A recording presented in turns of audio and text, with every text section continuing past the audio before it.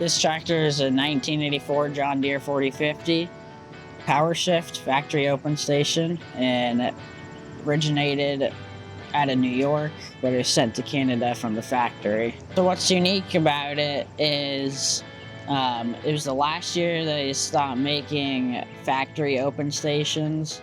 After that, they were all 4-post ROPs. So that gives it some uniqueness and rareness.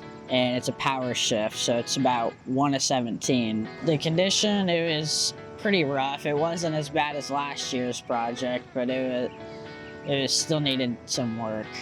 Definitely paint for sure, and just some rust needed fixed, some dents, some big holes from the 2-post ROPs canopy. So I wanted to accomplish, I just wanted to get some more knowledge, get better at restoring tractors. I wanted to make it look better than how it did coming out of the factory, just make it nice again.